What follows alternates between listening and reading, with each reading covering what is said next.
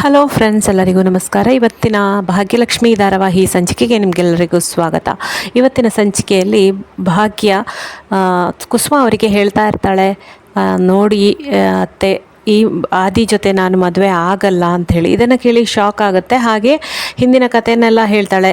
ತಾಂಡವ್ ಅವರು ಶ್ರೇಷ್ಠ ಜೊತೆ ಮಾತಾಡಿದಾಗ ನಾನು ಅದನ್ನು ಫಾಲೋ ಮಾಡ್ಕೊಂಡು ಹೋದೆ, ಅದನ್ನು ಕೇಳಿಸ್ಕೊಂಡೆ. ಶ್ರೇಷ್ಠ ತಾಂಡವ್ ಅವರು ಇನ್ನೂ ಕೂಡ ನನ್ನನ್ನು ತುಂಬಾ ದ್ವೇಷ ಮಾಡ್ತಾ ಇದ್ದಾರೆ. ಆ ಮಂಕದಿಣ್ಣೆ ಎಮ್ಮೆ ಈಡಿಯಟ್ಟನ್ನು ಯಾರು ಮದುವೆ ಆಗ್ತಾರೆ ಅಂತ ಹೇಳಿ ಶ್ರೇಷ್ಠನಿಗೆ ಹೇಳೋದನ್ನು, ಹಾಗೆ ಮಂಟಪದಲ್ಲಿ ಅವಳಿಗೆ ಅವಮಾನಗಳ ಸರಣಿಯೇ ಬರುತ್ತೆ. ಅವಳಿಗೆ ಅವಮಾನ ಮಾಡಲಿಕ್ಕೋಸ್ಕರನೇ ಅವಳ ಮೇಲೆ ಇರುವ ದ್ವೇಷಕ್ಕೆ ನಾನು ಇಷ್ಟೆಲ್ಲ ಮಾಡೋದು ಅಂತೇಳಿ ಶ್ರೇಷ್ಠನ ಜೊತೆ ತಾಂಡವ್ ಹೇಳೋದು ಎಲ್ಲನೂ ಕೂಡ ಭಾಗ್ಯ ಕೇಳಿಸ್ಕೊಳ್ತಾಳೆ. ಹಾಗೆ ಅವಳು ಕೇಳಿಸ್ಕೊಂಡದನ್ನು ಎಲ್ಲವನ್ನ ಕೂಡ ಆದಿ ಹತ್ರ ಕೂಡ ಹೋಗಿ ಹೇಳ್ತಾಳೆ, ಭಾಗ್ಯ ಹೀಗೀಗೆ ಆಗಿದೆ ಅಂಥೇಳಿ. ಆದಿ ತುಂಬ ಖುಷಿಯಾಗಿರ್ತಾನೆ ಭಾಗ್ಯನನ್ನು ಮದುವೆ ಆಗಲಿಕ್ಕೆ ಅಂತೇಳಿ. ಅವನು ಕೂಡ ಮದುವೆಗೆ ಬರ್ತಾ ಇರ್ತಾನೆ. ಹಾಗೆ ಶ್ರೇಷ್ಠನ ಜೊತೆ ಕೂಡ ಮಾತಾಡಿರ್ತಾಳೆ ಭಾಗ್ಯ. ಎಲ್ಲ ಪ್ಲ್ಯಾನನ್ನು ಮಾಡಿಕೊಂಡು ಮದುವೆಗೆ ತಯಾರಾಗ್ತಾ ಇದ್ದಾಳೆ. ಇಲ್ಲಿ ಭಾಗ್ಯನಿಗೆ ಅವಮಾನ ಮಾಡಬೇಕು ಅಂತೇಳಿ ಹೊರಟ ತಾಂಡವನಿಗೆ ಅವಮಾನ ಆಗುತ್ತೆ ಅಂಥೇಳಿ ಪ್ಲ್ಯಾನ್ ನಡೀತಾ ಇದೆ. ಕುಸುಮನಿಗೆ ಕೂಡ ವಿಷಯ ಗೊತ್ತಾಗುತ್ತೆ. ತನ್ಮಯ್ ಕೂಡ ಬೇಜಾರಲ್ಲಿರ್ತಾನೆ. ಆಗ ಕುಸುಮ ಅವರು ಹೋಗಿ ಕುಸುಮ ಅವರನ್ನು ನೋಡಿದಾಗ ತನ್ಮಯ್ಗೆ, ಅಜ್ಜಿ ಇಷ್ಟು ಹೊತ್ತು ತುಂಬ ಡಲ್ಲಾಗಿದ್ದರು, ಆ ಅಪ್ಪನ ಜೊತೆ ಮದುವೆ ಆಗೋದು ನನಗೆ ಇಷ್ಟನೇ ಇಲ್ಲ, ಫ್ರೆಂಡ್ ಜೊತೆನೇ ಅಮ್ಮ ಮದುವೆ ಆಗಬೇಕು ಅಂತ ಹೇಳಿ ತನ್ಮಯ್ ಹೇಳ್ತಾ ಇರಬೇಕಾದ್ರೆ, ಅಜ್ಜಿ ಯಾಕೆ ಇಷ್ಟು ಖುಷಿಯಾಗಿದ್ದಾಳೆ ಅಂತ ಹೇಳಿ ಅಜ್ಜಿಯನ್ನು ಮಾತಾಡಿಸ್ಬೇಕು ಅಂತ ಹೇಳಿ ಕುಸುಮ ಅವರನ್ನು ಹೋಗಿ ತನ್ಮಯ್ ಮಾತಾಡಿಸ್ತಾನೆ. ಯಾಕೆ ಇಷ್ಟು ಖುಷಿಯಾಗಿದ್ದೀರಾ, ನಿಮ್ಗೆ ಈ ಮದುವೆ ಇಷ್ಟನಾ, ಯಾಕೆ ಹೀಗೆ ಮಾಡ್ತಿದ್ದೀರಾ ನೀವು ಅಂಥೇಳಿ. ಆಗ ಕುಸುಮ ಅವರು ಎಲ್ಲ ಸತ್ಯವನ್ನು ಹೇಳ್ತಾರೆ. ಹೀಗೆ ನಿನ್ನ ಪಪ್ಪನ ಜೊತೆ ಮದುವೆ ಆಗಲ್ಲ, ಆ ಮನೆ ಹಾಳನ್ನು ಮದುವೆ ಆಗಲ್ಲ, ನಿಮ್ಮಮ್ಮ ಆದಿಯವರನ್ನೇ ಮದುವೆ ಆಗ್ತಾರೆ, ನೀನು ಖುಷಿಯಾಗಿರು. ಮತ್ತು ಅವನು ಜೋರಾಗಿ ಕಿರ್ಚಲಿಕ್ಕೆ ಸ್ಟಾರ್ಟ್ ಮಾಡ್ತಾನೆ ತನ್ಮಯ್. ಆಗ ನೀನು ಕಿರ್ಚಬೇಡ, ಯಾರಿಗೆ ಗೊತ್ತಿಲ್ಲ, ನೀನು ಸುಮ್ಮನಿರೀಗ. ಇಲ್ಲ ಅಜ್ಜಿ, ನಾನು ಯಾರಿಗೂ ಹೇಳಲ್ಲ ಅಂತ ಹೇಳಿ ಖುಷಿಯಲ್ಲಿ ಕುಣಿದಾಡ್ತಾ ಹೋಗ್ತಾನೆ ತನ್ಮಯ್.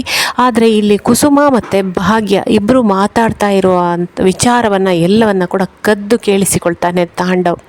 ಹಾಗಾದರೆ ನಾನು ಇಷ್ಟರವರೆಗೆ ಮಾಡ್ತಿದ್ದು ನಾಟಕ ಅಂತ ಹೇಳಿ ಕುಸುಮಾಂಬೆಗೆ ಮತ್ತು ಈ ಎಮ್ಮೆ ಭಾಗ್ಯನಿಗೆ ಗೊತ್ತಾಗಿದೆಯಾ? ಹಾಗಾದರೆ ಈ ಪ್ಲ್ಯಾನನ್ನು ಈಗ ಹೇಗಾದರೂ ಮಾಡಿ ಇದನ್ನು ಕರೆಕ್ಟ್ ಮಾಡಬೇಕು. ನನ್ನನ್ನೇ ಅವಮಾನ ಮಾಡಲಿಕ್ಕೆ ಲಾಸ್ಟ್ ಮೂಮೆಂಟಲ್ಲಿ ಆದಿಯನ್ನು ಮದುವೆ ಆಗಲಿಕ್ಕೆ ಪ್ಲ್ಯಾನ್ ಮಾಡ್ತಾ ಇದ್ದೀರಲ್ಲ, ನೀವು ಹೇಗೆ ಮದುವೆ ಆಗ್ತೀರಾ ನೋಡ್ತೇನೆ ಅಂಥೇಳಿ ತಾಂಡವ್ ಮಾಸ್ಟರ್ ಪ್ಲ್ಯಾನ್ ಮಾಡಿ ಅಲ್ಲಿ ಶ್ರೇಷ್ಠ ಬಂದರೆ ಅಲ್ವಾ, ಅವಳು ಬಂದು ಸತ್ಯ ಹೇಳಿದರೆ ಅಲ್ವಾ ಈ ಮದುವೆ ನಿಲ್ಲೋದು. ಶ್ರೇಷ್ಠನೇ ಬರದೇ ಇದ್ದರೆ ಅಂತ ಹೇಳಿ ತಾಂಡವ್ ಹೇಳ್ತಾನೆ. ಹಾಗೆ ಶ್ರೇಷ್ಠನನ್ನು ರೌಡಿಗಳನ್ನು ಕಳಿಸಿ ಕಿಡ್ನ್ಯಾಪ್ ಮಾಡಲಿಕ್ಕೆ ಅಂತ ಹೇಳಿ ಹೇಳ್ತಾನೆ ತಾಂಡವ್. ಹಾಗಾಗಿ ಶ್ರೇಷ್ಠ ಮದುವೆಗೆ ಬರಲಿಕ್ಕಾಗೋದಿಲ್ಲ. ಶ್ರೇಷ್ಠನನ್ನು ಕರ್ಕೊಂಡು ಬರಲಿಕ್ಕೆ ಅಂತ ಹೇಳಿ ಆದಿ ಅವರು ಇಲ್ಲಿ ಶ್ರೇಷ್ಠನ ಮನೆಗೆ ಹೋಗ್ತಾರೆ. ಆದರೆ ಅಲ್ಲಿ ವಸ್ತುಗಳೆಲ್ಲ ಚಲ್ಲಾಪಿಲ್ಲಿಯಾಗಿರುತ್ತದೆ, ಎಲ್ಲ ಬಳೆಗಳ ಚೂರೆಲ್ಲ ಬಿದ್ದಿರ್ತದೆ. ಹಾಗಾಗಿ ಶ್ರೇಷ್ಠನನ್ನು ಕಿಡ್ನ್ಯಾಪ್ ಮಾಡಿದ್ದಾರೆ ಅನ್ನೋ ಸತ್ಯ ಇಲ್ಲಿ ಆದಿಗೆ ಕೂಡ ಗೊತ್ತಾಗ್ತದೆ. ಆದಿ ಭಾಗ್ಯನಿಗೆ ಫೋನ್ ಮಾಡಿ ಹೇಳ್ತಾರೆ, ಭಾಗ್ಯ ಇಲ್ಲಿ ಶ್ರೇಷ್ಠ ಇಲ್ಲ, ಏನು ಮಾಡೋದು, ಅವಳು ಕಿಡ್ನ್ಯಾಪ್ ಆಗಿದ್ದಾಳೆ ಅಂತೇಳಿ. ಇದರಿಂದ ಶಾಕ್ ಆಗಿ ನಿಂತು ಬಿಡ್ತಾಳೆ ಭಾಗ್ಯ. ಆಗ ಅಲ್ಲಿಗೆ ತಾಂಡವ್ ಬಂದು ಹೇಳ್ತಾನೆ, ಏನಾಯ್ತು ಭಾಗ್ಯ, ಏನಾದರೂ ತೊಂದರೆಯಾ ಅಂತ ಹೇಳುವಾಗ, ಏನೂ ಇಲ್ಲ ತಾಂಡವ್ ಅವರೇ ಅಂತ ಹೇಳಿ ಹೇಳ್ತಾಳೆ ಭಾಗ್ಯ. ಆಗ ತಾಂಡವ್ ಮನಸ್ಸಲ್ಲೇ ಅನ್ಕೊಳ್ತಾನೆ, ಏನು ಶ್ರೇಷ್ಠ ಬರಲಿಲ್ವಾ? ಆದರೂ ಇಂಡೈರೆಕ್ಟಾಗಿ ಭಾಗ್ಯನ ಜೊತೆ ಮಾತಾಡ್ತಾ ಇರ್ತಾಳೆ. ಈ ಭಾಗ್ಯ, ನೀನು ತುಂಬ ಜನರಿಗೆ ಇವರೆಲ್ಲ ಬರಬೇಕು ನನ್ನ ಮದುವೆಗೆ ಅಂತೇಳಿ ಒಂದು ಲಿಸ್ಟ್ ಕೊಟ್ಟಿದ್ಯಲ್ಲ ನೋಡು, ಈ ಲಿಸ್ಟಲ್ಲಿ ಅವರು ಬಂದಿದ್ದಾರೆ, ಸುನೇತ್ರ ಬಂದಿದ್ದಾರೆ, ಜಲ್ಜಾ ಬಂದಿದ್ದಾರೆ ಅಂಥೇಳಿ, ಅವರೆಲ್ಲರೂ ಕೂಡ ಬಂದಿದ್ದಾರೆ ಅಂತ ಹೇಳಿ ಹಾಸ್ಯ ಮಾಡ್ತಾ ಇರ್ತಾನೆ. ಇನ್ನು ನೀನು ಇಂಪಾರ್ಟೆಂಟಾಗಿ ಬರಬೇಕು ಅಂತ ಹೇಳಿದೆಯಲ್ಲ ಶ್ರೇಷ್ಠ, ಅವಳು ಬರಲಿಲ್ವಾ ಅಂತ ಹೇಳಿ ಒಂದು ವ್ಯಂಗ್ಯದಿಂದ ಭಾಗ್ಯನನ್ನು ಮಾತಾಡಿಸ್ತಾನೆ. ಮೊದಲಿನ ಕಪಟ ರೂಪ ಈಗ ಭಾಗ್ಯನ ಎದುರು ತೋರಿಸ್ತಾ ಇದ್ದಾನೆ ನಮ್ಮ ತಾಂಡವು. ಹಾಗೆ ಅದಕ್ಕೆ ಯಾವುದಕ್ಕೂ ಕೂಡ ಉತ್ತರ ಕೊಡೋದಿಲ್ಲ, ಶಾಕ್ ಆದ ರೀತಿಯಲ್ಲೇ ನಿಂತ್ಕೊಂಡಿರ್ತಾಳೆ ಭಾಗ್ಯ. ಹಾಗೆ ಅಷ್ಟು ಹೇಳಿ, ಈಗ ಒಂದು ವಿಷಯನ ಈಗ ಹೇಳೋದಲ್ಲ ಆಮೇಲೆ ಹೇಳಬೇಕು ಅಂತೇಳಿ ಅಂದ್ಕೊಂಡೆ, ಆದರೆ ನನಗೆ ತಡ್ಕೊಳಕ್ಕಾಗ್ತಾ ಇಲ್ಲ. ಏನು ವಿಷಯ ಗೊತ್ತಾ, ಈ ಮದುವೆಗೆ ಶ್ರೇಷ್ಠ ಬರಲ್ಲ.